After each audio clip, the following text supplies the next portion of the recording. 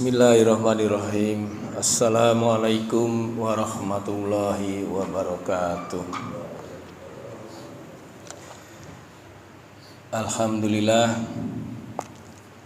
Alhamdulillahilladzi anzalas sakinata fi qulubil mu'minin liyazdadu imanan ma'a imanihim. Ashhadu an la ilaha illallah wahdahu la syarikalah wa ashhadu anna Muhammadan abduhu wa rasuluhu la nabiyya ba'dah. Allahumma sholli wa sallim wa barik ala Muhammad wa ala alihi wa sahbihi ajma'in, amma ba'du. Pertama-tama dan yang paling utama, kita tak henti-hentinya terus bersyukur kehadirat Allah Subhanahu wa taala, yang tidak henti-hentinya pula Allah memberikan berbagai kenikmatan kepada kita semua, sehingga di pagi hari ini kita masih diberi kekuatan untuk bisa hadir dalam rangka thalabul ilmi sebagai bekal untuk menghadap Rabbi Ilahi kelak. Salawat dan salam semoga senantiasa tercurah kepada junjungan kita Nabi Muhammad sallallahu alaihi wasallam. Bapak-bapak jamaah Masjid Anas rahimakumullah, kulsub pagi ini kita ngomongin mengenai penghuni surga dan penghuni neraka, insya Allah. Sebelum kita tahu siapa penghuni surga, kita ngomongin sedikit, ngomongin sekelumit tentang surga dulu ya Pak.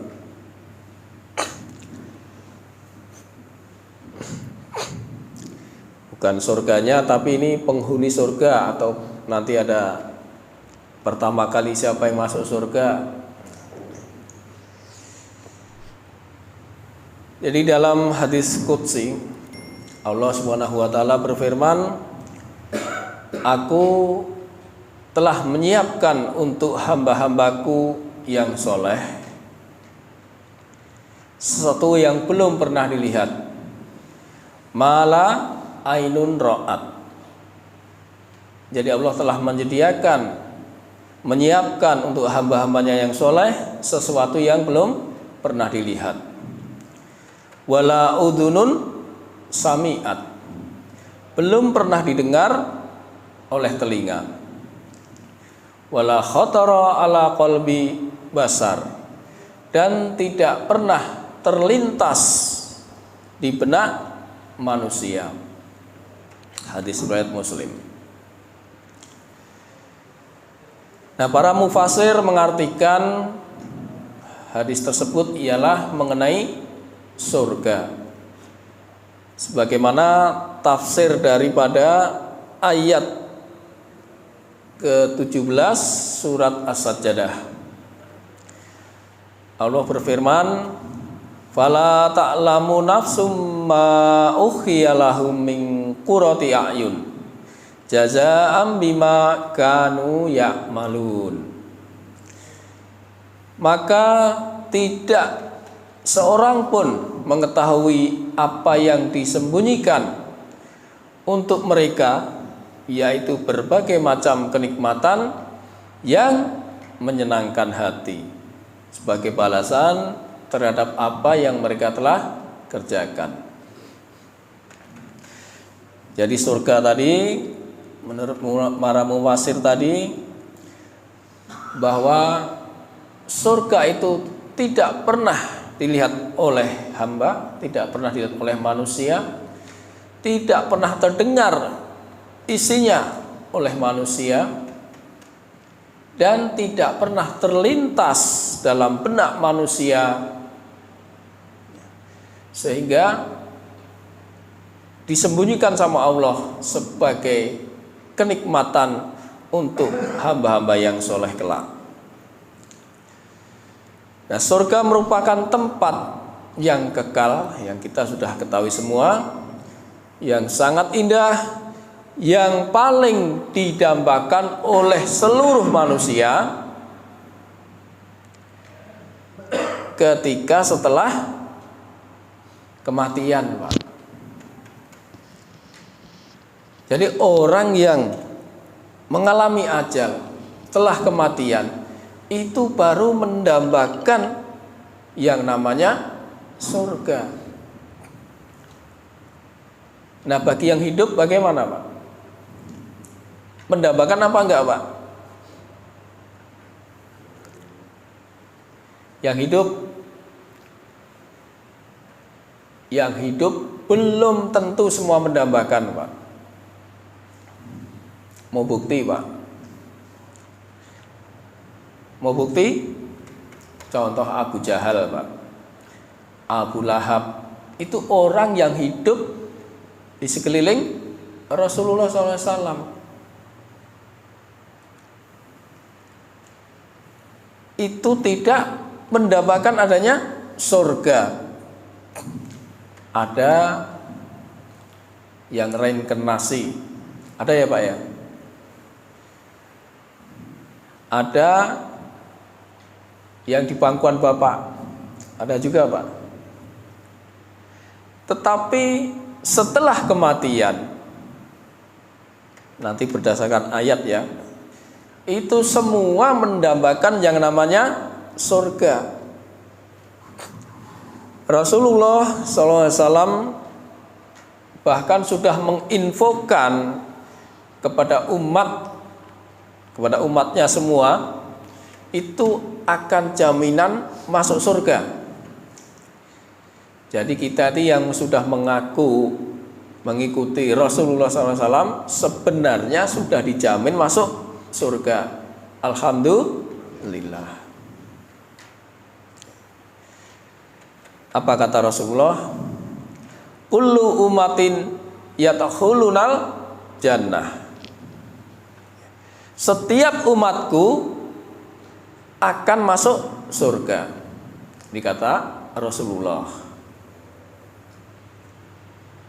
Illa man aba, kecuali orang-orang yang enggan. Nih, berarti ada yang enggan. Ada seorang atau sahabat bertanya kepada Rasulullah, "Wa man ya'ba ya Rasulullah?" Siapakah orang yang enggan ya Rasulullah?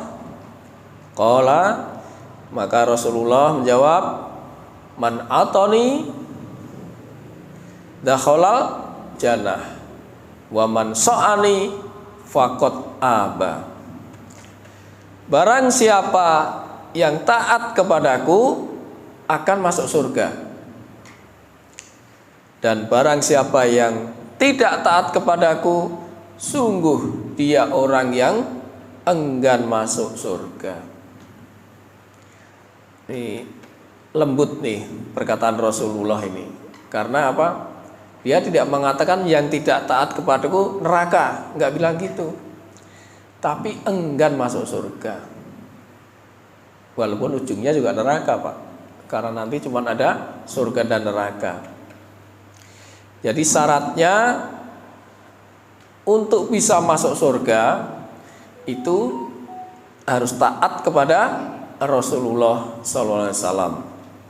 Sebab Rasulullah sendiri juga sudah dijamin surganya. Mencintai Rasulullah adalah sebab timbul Allah rasa cinta. Allah cinta kepada hambanya. Dan sebab datangnya ampunan. Itu kalau kita mengikuti Rasulullah. Jadi kalau kita mengikuti Rasulullah, Allah cinta kepada kita, kepada hambanya, dan Allah mengampuni dosa-dosanya. Nah, dengan dua hal tersebut, Allah cinta hambanya dan mengampuni hambanya tadi, maka endingnya pasti surga. Nah, kembali ke atas tadi pertanyaannya, kok setelah kematian baru mendapatkan surga, Pak? Gitu. Kenapa kok setelah kematian gitu? Karena ketika seseorang masih hidup tidak diperlihatkan adanya surga. Matanya dihijab oleh Allah. Ya, ditutupin oleh Allah. Karena surga itu barang yang gaib. Baru setelah ajal, baru setelah manusia itu menemui kematiannya, baru Allah tampakkan mana tempatnya, surga atau neraka. Cuma 2 tempat itu saja, Pak. Ya, jadi tempat bernaung seseorang kelak di surga atau di neraka akan selalu diperlihatkan kepadanya setelah kematian. Ini saya nukil dari buku Azab dan Nikmat Kubur karya Syekh Husain bin Audah. Dari Abdullah bin Umar radhiyallahu anhum bahwa Rasulullah sallallahu alaihi wasallam bersabda,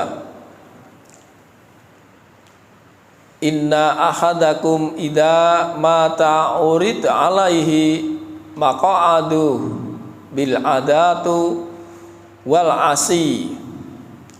Sesungguhnya jika salah seorang kalian meninggal dunia, maka akan diperlihatkan kepadanya tempat baginya pagi dan sore.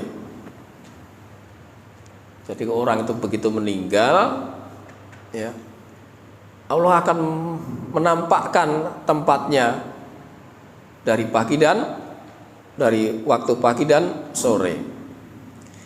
In kana man ahlal jannah fa min ahlal jannah. Jika seseorang itu termasuk ahli surga, maka akan diperlihatkan kepadanya tempatnya di surga.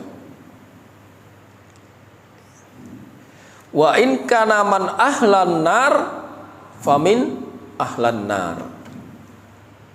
Dan jika termasuk ahli neraka, maka akan diperlihatkan tempatnya kelak di neraka.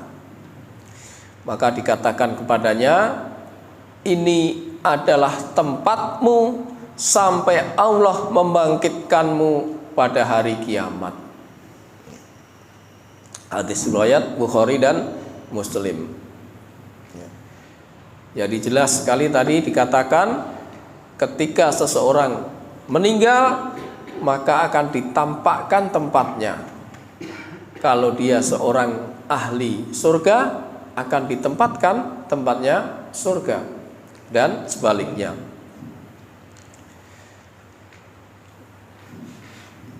Ya. Nah, terdapat sebuah riwayat yang menjelaskan bahwa ada sejumlah golongan yang pertama masuk ke dalam surga.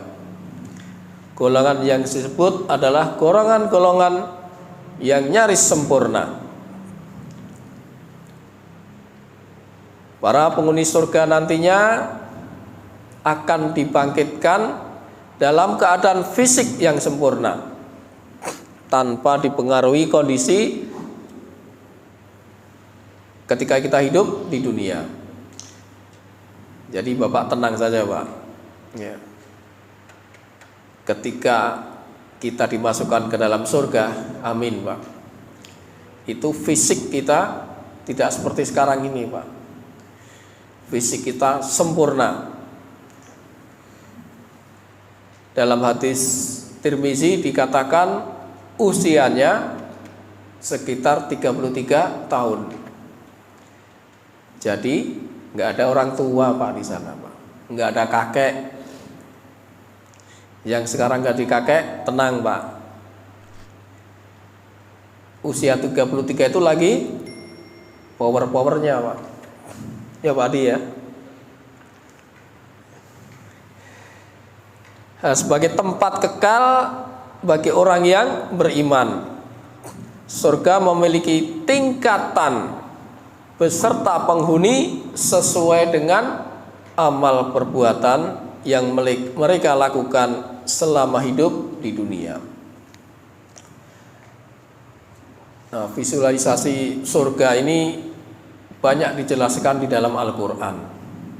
Di antaranya yang Bapak sudah hafal ini ayatnya, saya ambil yang mudah. Sebenarnya banyak sekali di dalam surat Al-Bayyinah ayat 7 dan 8 itu menggambarkan seseorang yang ketika hidup mengerjakan amal soleh dan beriman, mereka dikatakan makhluk yang sebaik-baiknya, dan balasan bagi mereka adalah surga Aden. Innalladzina amanu wa amilus solihati ulaika hum khairul bariyah. Jazaohum inda rabbihim jannatu adnin tajri min tahtihal anharu khalidina fiha abada. Radhiyallahu anhum wa radu'an dzalika liman khasyiya rabbah. Sesungguhnya orang-orang yang beriman dan mengerjakan kebajikan, mereka itu adalah sebaik-baik makhluk. Balasan mereka di sisi Tuhan mereka ialah surga Aden. Itulah gambaran atau visualisasi mengenai surga bagi orang-orang yang beriman dan mengerjakan amal soleh. Kemudian satu lagi saya ambil di surat As-Saff ayat 10 dan 12. Kita buka sebentar.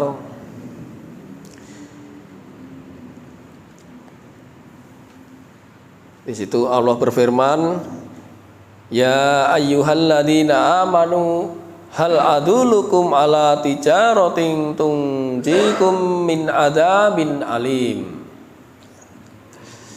Wahai orang-orang yang beriman, maukah kamu aku tunjukkan suatu perdagangan, ya, perdagangan yang dapat menyelamatkan kamu dari azab yang pedih.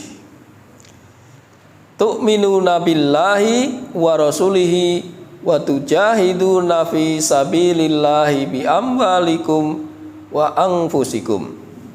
Dzalikum khairul lakum in kuntum ta'lamun. Yaitu kamu beriman kepada Allah dan Rasul-Nya, berjihad di jalan Allah dengan harta dan jiwamu. Itulah yang lebih baik bagi kamu jika kamu mengetahui. Yaghfir lakum dzunubakum wa yudkhilkum jannatin tajri min tahtihal anhar. Niscaya Allah akan mengampuni dosa-dosamu dan memasukkan kamu ke dalam surga yang mengalir di bawahnya sungai-sungai. Wa masakina thayyibatan fi jannati adn, dan ke tempat-tempat tinggal yang baik di dalam surga Adn. Ya, dzalikal fawzul azim. Itulah kemenangan yang agung. Dua contoh surat Bayyinah dan As-Saff tadi menggambarkan tentang orang-orang yang akan dimasukkan ke dalam surga, yaitu orang-orang yang beriman dan orang-orang yang mengerjakan amal soleh, yang kemudian beriman dengan Allah dan Rasul-Nya. Itu suatu perdagangan yang disebutkan tidak akan rugi, perdagangan yang tidak akan diazab. Itu ya Pak ya. Ya. Kemudian setelah kita tahu tadi gambaran mengenai surga, siapa yang akan masuk pertama kali dalam surga? Berdasarkan Sahih Bukhari dan Muslim, orang yang akan masuk surga pertama kali adalah setelah Rasulullah, yaitu umat Rasulullah SAW. Berarti kira-kira kita bukan Pak ini Pak? Yang pertama akan masuk surga Pak? Pasti kita Pak, karena kita umatnya Rasulullah. Yakin Pak, kita Pak akan masuk Pak. Karena berdasarkan hadis, bukan karangan kita, bukan keinginan kita. Maka kita sebagai umat Rasulullah SAW tentu sangat bersyukur. Insya Allah, jadi kita ada potensi untuk dimasukkan dalam surga yang kita dambakan. Walaupun dikatakan kita itu umat akhir zaman, umat yang terakhir, tetapi dikatakan pula umat yang pertama kali masuk surga. Rasulullah SAW bersabda, "Nahnul akhirunal awwaluna yaumal qiyamati wa nahnu awwalu man yadkhulul jannah." Kata Rasulullah, kita adalah umat yang terakhir masanya di dunia, tetapi yang pertama di hari kiamat, kitalah yang akan masuk surga terlebih dahulu. Hadis riwayat Muslim. Ini di dalam redaksi lain, kita adalah orang-orang yang pertama masuk surga di hari kiamat, meskipun mereka yang masuk belakangan diberi kitab suci terlebih dahulu, dan kita diberi kitab suci belakangan Bapak. Tapi dikatakan kita akan masuk surga terlebih dahulu. Jadi bersyukur Pak kita Pak. Nah, kelompok pertama yang masuk surga selain umat Rasulullah itu orang-orang yang pertama masuk surga itu bagaikan bulan purnama, bagaikan bulan malam purnama. Ini kisi-kisinya Pak. Jadi orang yang masuk surga itu bagaikan bulan malam purnama. Mereka tidak meludah. Jadi di surga itu tidak ada meludah Pak. Tidak pula apa ini Pak? Upil ya? Ingus Pak ya? Pilek. Tidak pula beringus. Dan tidak juga BAB Pak. Tidak ada buang air besar di sana Pak. Dikatakan bejana-bejananya terbuat dari emas. Jadi piring-piring, gelas-gelas, sendok terbuat dari emas. Jangan membayangin emas di dunia Pak. Tetapi tadi dikatakan tidak terlintas di benak manusia. Selain itu sisir pun Pak, ini yang suka sisiran ini. Kalau saya jarang sisiran ini. Mereka diberi sisir dari emas dan perak. Tinggal pilih Pak.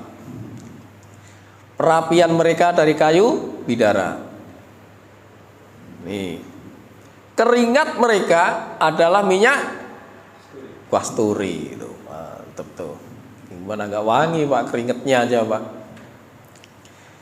Masing-masing dari kita, masing-masing dari orang yang masuk surga itu, nah ini yang Bapak suka ini. diberi istri 2. Mantap nggak Pak? Ini dalam redaksi lain nanti ada 60, ada 70 Pak. Tenang aja Pak. Kok kuat Pak? Ya, pasti diberi kekuatan ini. Tapi di redaksi ini dikatakan masing-masing dari mereka memiliki 2 orang istri yang terlihat sumsum tulang keringnya dari balik dagingnya karena kecantikannya. Nyicil seneng Pak ya? Nyicil dulu Pak. Jadi walaupun cantik itu relatif, itu kalau di dunia, tapi kalau Rasul yang bilang cantiknya luar biasa, kesangsem dah Pak. Tidak ada perbedaan di antara mereka dan tidak ada saling marah. Jadi istri-istri itu nggak ada perbedaan, nggak pernah saling adu mulut, nggak pernah marah. Hati mereka adalah hati yang satu. Mereka dalam keadaan bertasbih kepada Allah pagi dan petang. Mereka tidak buang air besar karena di dalam surga tidak ada najis dan kotoran. Namun bukan berarti mereka tidak makan dan minum. Tetap makan dan minum. Cuman makanan minumnya juga nggak tahu kita. Nggak usah dibayangin Pak. Adapun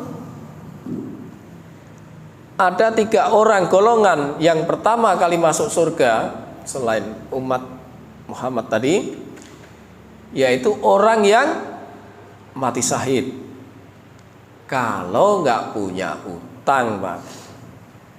Syahid itu jaminannya surga, langsung masuk surga Pak.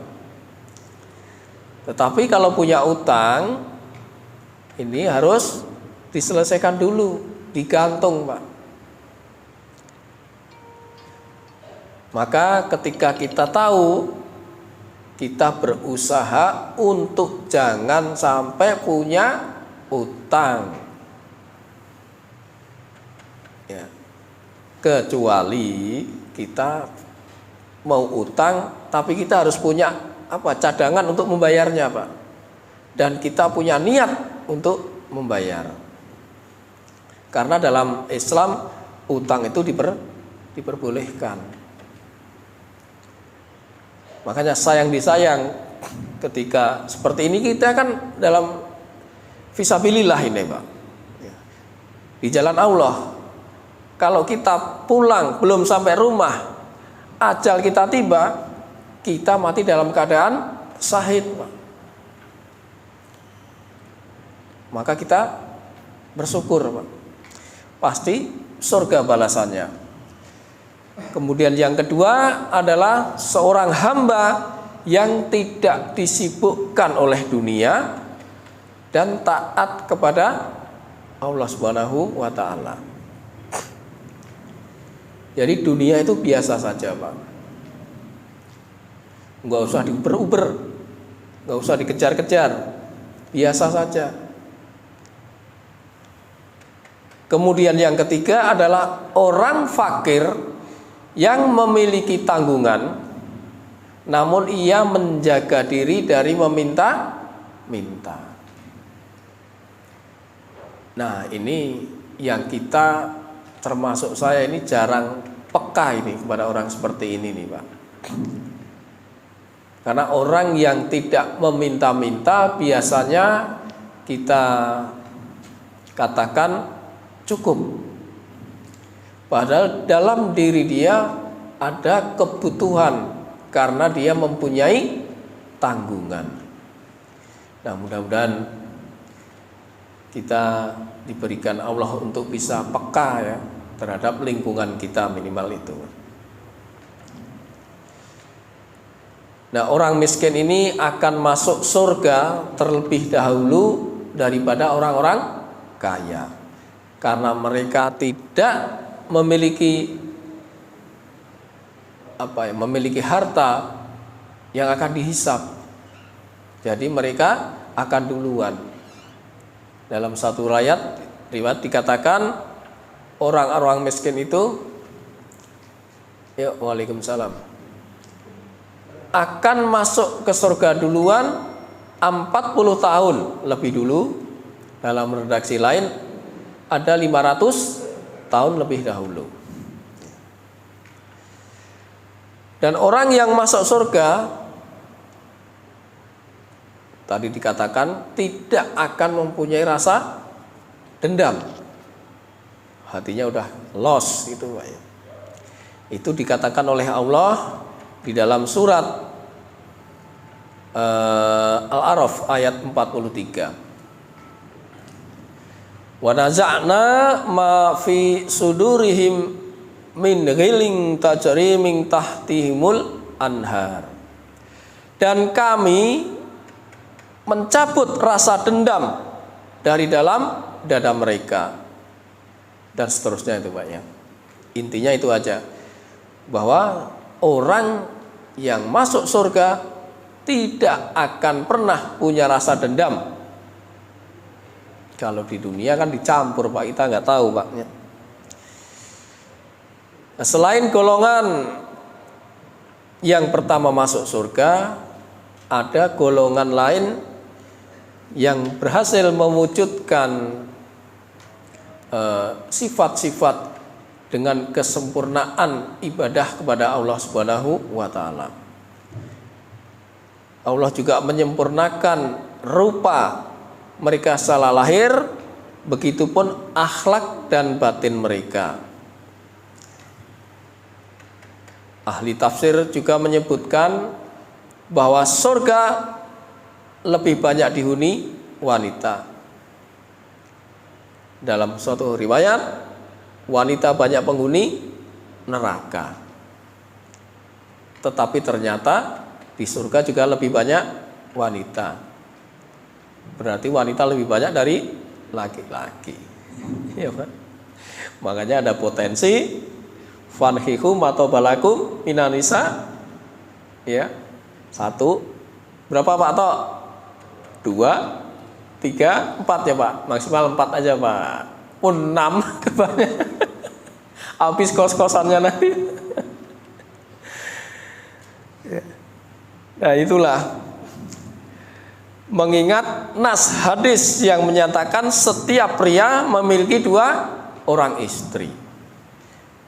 Bahkan dalam redaksi lain dikatakan 60 sampai 70 bidadari.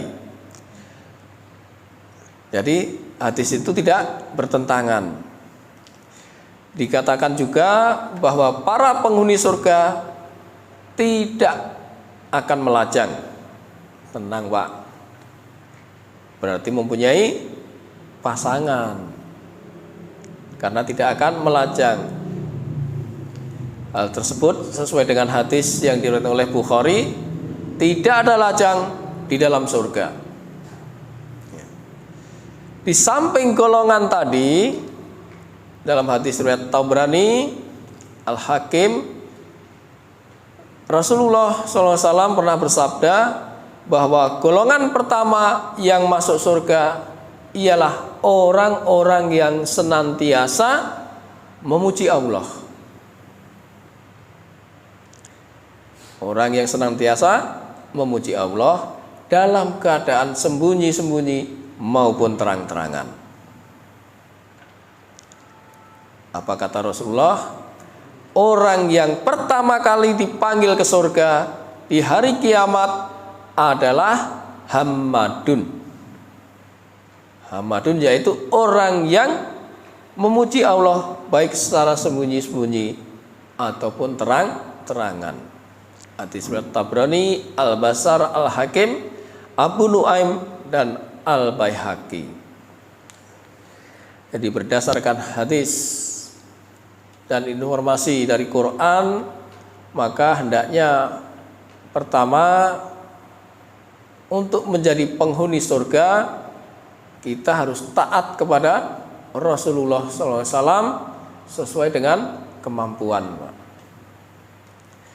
Kemudian banyak memuji Allah baik sembunyi-sembunyi maupun terang-terangan, karena pujian hanya milik Allah. Oleh karena itu berkaitan dengan pujian ini Rasulullah mengajarkan kepada kita, ketika Rasulullah SAW melihat sesuatu yang ia senangi, maka beliau mengucap Alhamdulillahilladzi binikmati tatimus sholihat. Dari Aisyah radhiyallahu anha, ia berkata, Rasulullah SAW apabila melihat hal yang ia sukai, beliau mengucapkan Alhamdulillahilladzi binikmati tatimus sholihat. Artinya segala puji bagi Allah yang dengan nikmatnya segala kebaikan menjadi sempurna. Jadi kita melihat sesuatu yang kita senang ini Pak, kita ngucapin aja Alhamdulillahilladzi binikmati tatimus sholihat. Apabila Rasulullah mendapati hal yang ia tidak suka, beliau pun juga memuji Allah dan mengucapkan Alhamdulillahilladzi ala kulli hal. Artinya segala puji bagi Allah untuk segala keadaan. Ini diuraikan oleh Ibnu Majah, dihasankan oleh Syekh Albani.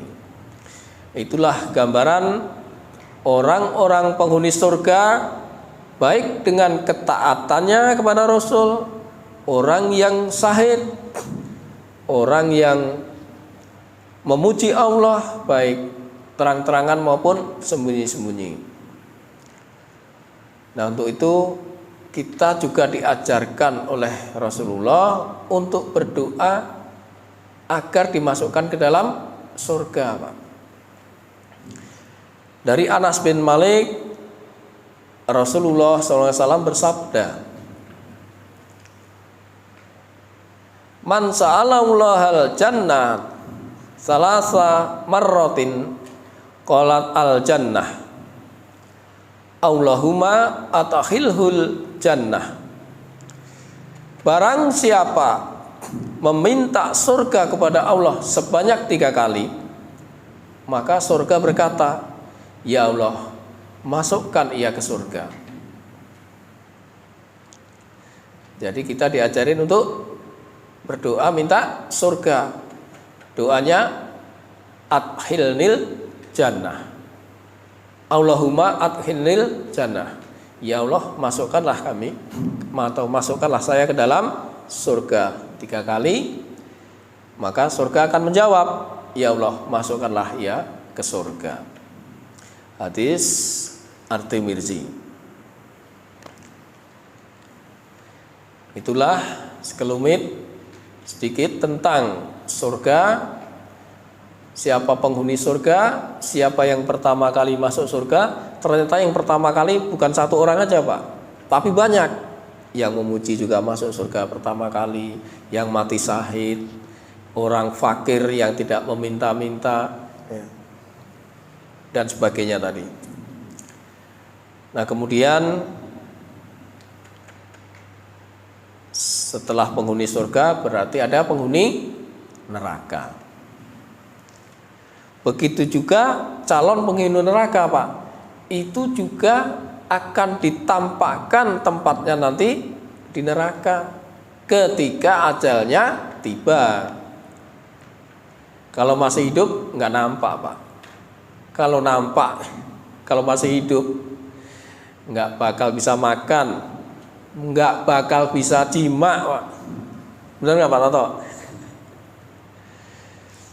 Nah, ini setelah ajal baru ditampakkan. Sebagaimana Allah berfirman, ayat ini sebenarnya menceritakan tentang Fir'aun, tapi menurut ulama juga berlaku kepada orang-orang yang mempunyai sifat seperti Fir'aun.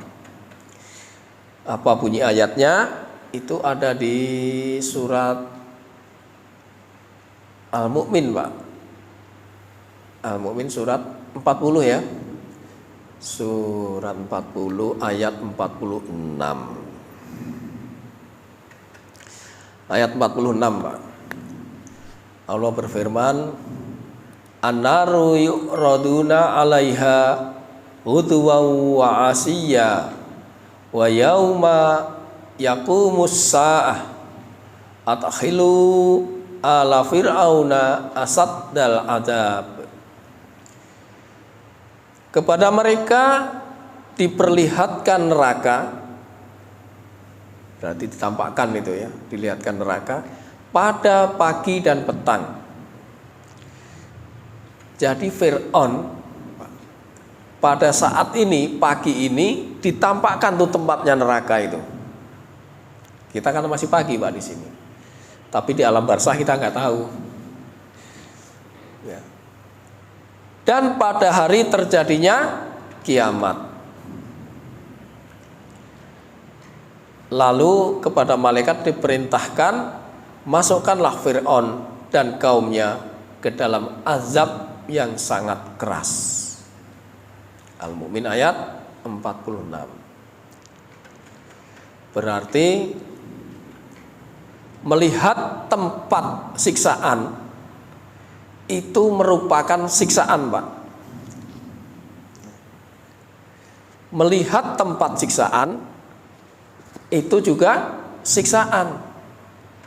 Apanya yang disiksa Pak sekarang? Iya, yang disiksa mentalnya Pak.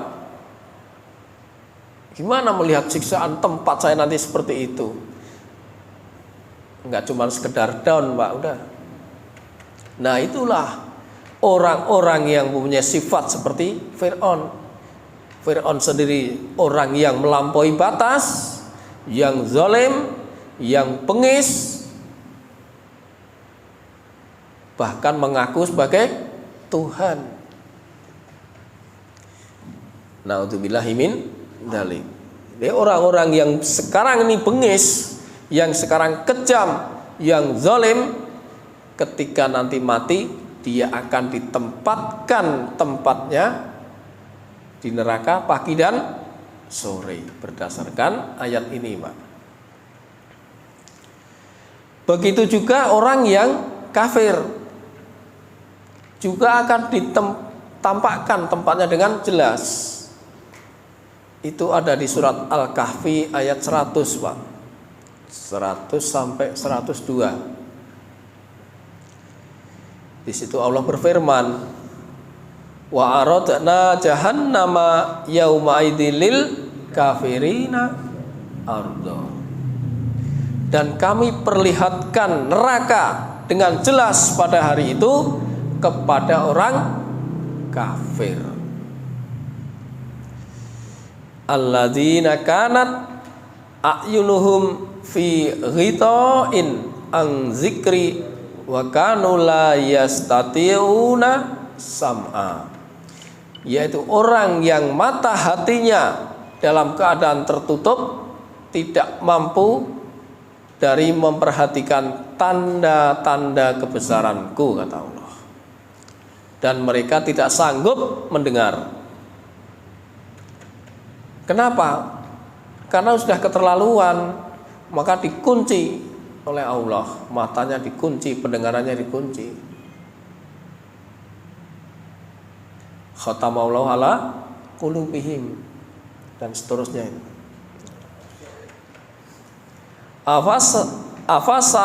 Afahasibal ladina kafaru ayyatahidu ibadi min duni auliya inna a'tadna jahannama lil kafirina nuzula. Maka orang-orang kafir menyangka bahwa mereka dapat mengambil hamba-hambaku menjadi penolong selain aku. Jadi dia orang-orang kafir itu zon, menyangka dengan hartanya yang bertriliun-triliun sekarang ini akan bisa menyogok Allah supaya dia bisa menolong.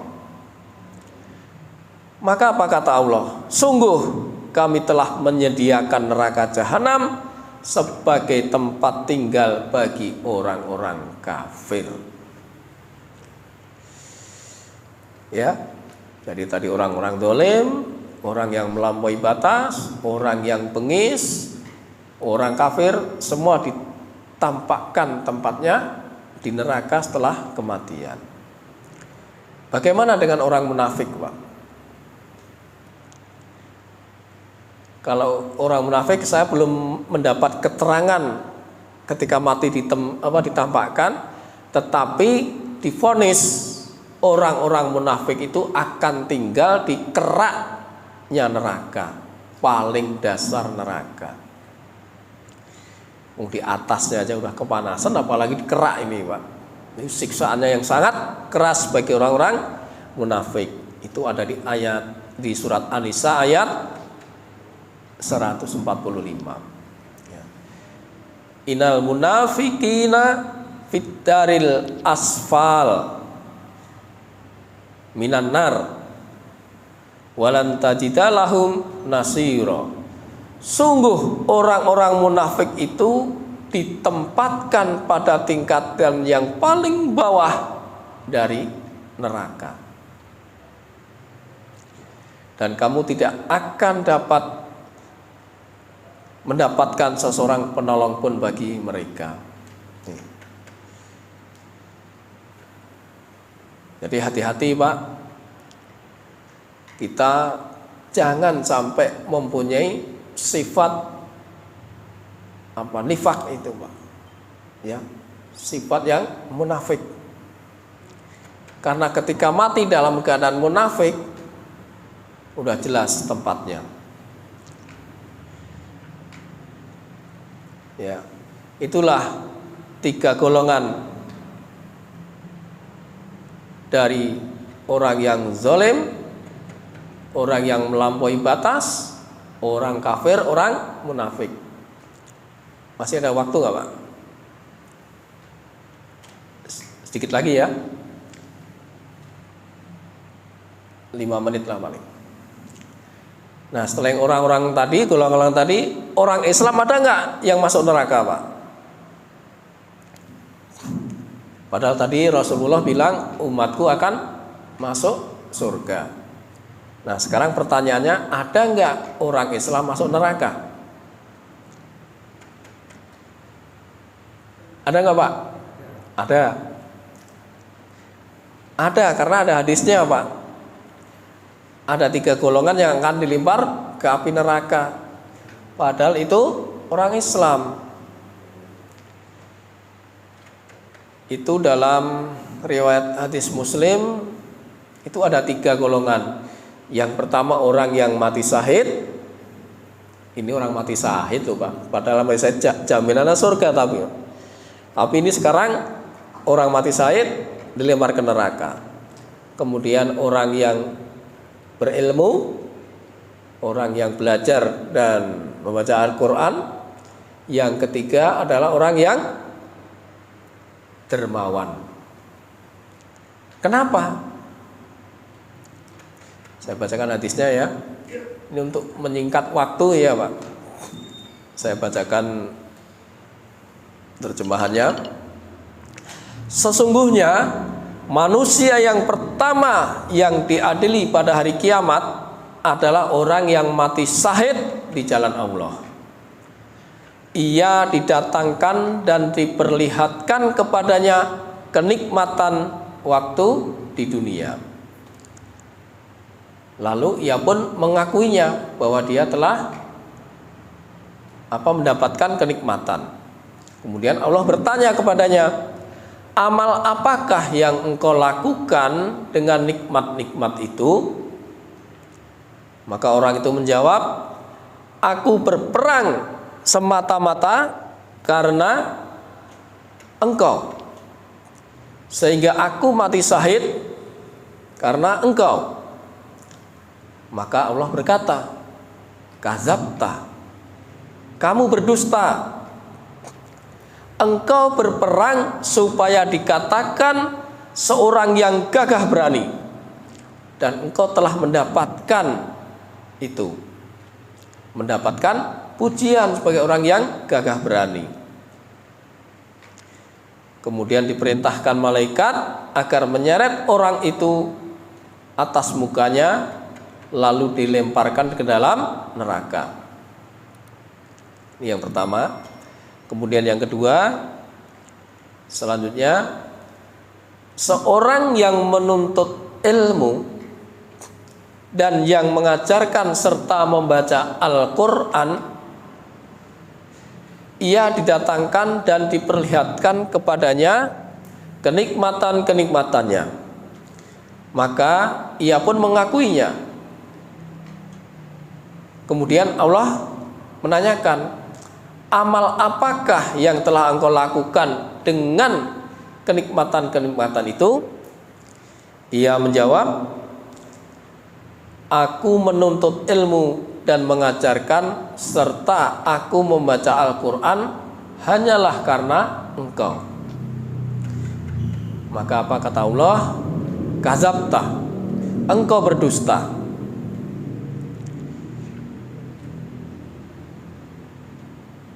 Engkau menuntut ilmu agar dikatakan menjadi orang alim, dan engkau membaca Al-Quran supaya dikatakan menjadi qori, yang bacaannya baik. Memang begitulah dikatakan, kamu sudah mendapatkan gelar itu semua waktu di dunia. Kemudian diperintahkan malaikat untuk menyeret atas mukanya dan dilemparkan ke dalam neraka. Yang terakhir yaitu orang yang diberikan kelapangan rizkinya dan berbagai macam harta benda, kemudian ia didatangkan dan diperlihatkan kepadanya, maka ia pun mengakuinya akan kenikmatan-kenikmatan rezeki yang telah diberikan. Lalu Allah bertanya, apa yang engkau telah lakukan dengan nikmat-nikmat itu?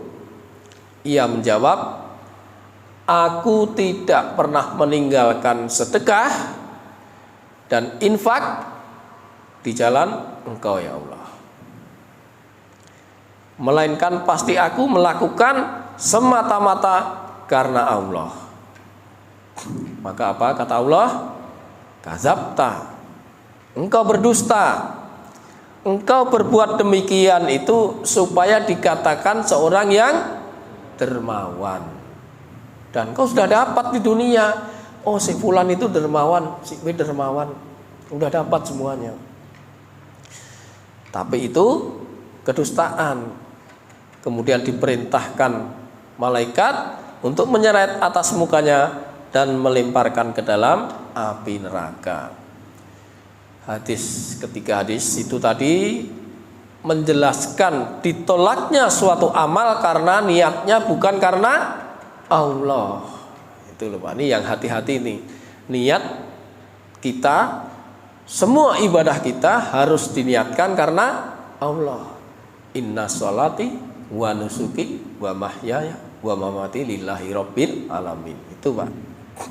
Ini menjadi syarat pokok diterima suatu amal adalah ikhlas dan semata-mata karena Allah Subhanahu wa ta'ala. Nah, saya kira itu aja. Sudah masuk ya waktu syuruk ya. Ada pertanyaan atau ditutup? Ya baik, terima kasih. Tadi untuk orang fakir yang meminta-minta itu sebenarnya ada cirinya di surat 2 ayat 273. Surat Al-Baqarah 273. Iya. Apa Pak bunyinya Pak? Jadi apa yang kamu infakkan adalah untuk orang-orang fakir yang melakukan usahanya karena jihad di jalan Allah, sehingga dia yang tidak dapat berusaha di bumi, orang lain yang tidak tahu menyangka bahwa mereka adalah orang kaya karena mereka menjaga diri dari fitnah. Engkau Muhammad mengenal mereka dari ciri-cirinya, mereka tidak meminta secara paksa kepada orang lain. Apapun harta yang baik yang kamu infakkan, sungguh Allah. Cakep Pak. Ya. Nah sekarang kalau ada orang dia mempunyai tanggungan tapi dia tidak mau minta-minta, Kita bisa tahu nggak Pak kira-kira gitu? Bisa tahu dengan cara silaturahmi. Nah, Gunanya itu. iya betul. Jadi ada komunikasi Pak. Kalau kita ada komunikasi, iya kita jadi tahu Pak. Ya mudah-mudahan kita diberikan keluasan rezeki untuk bisa membantu menolong saudara kita yang rezekinya kurang beruntung daripada kita. Baik, terima kasih Pak Anto atas tambahannya. Saya kira sudah cukup waktunya. Kita tutup dengan kafaratul majelis. Subhanakallahumma wa bihamdika asyhadu alla ilaha illa anta astaghfiruka wa atubu ilaik. Billahi taufik wal hidayah. Wassalamualaikum warahmatullahi wabarakatuh.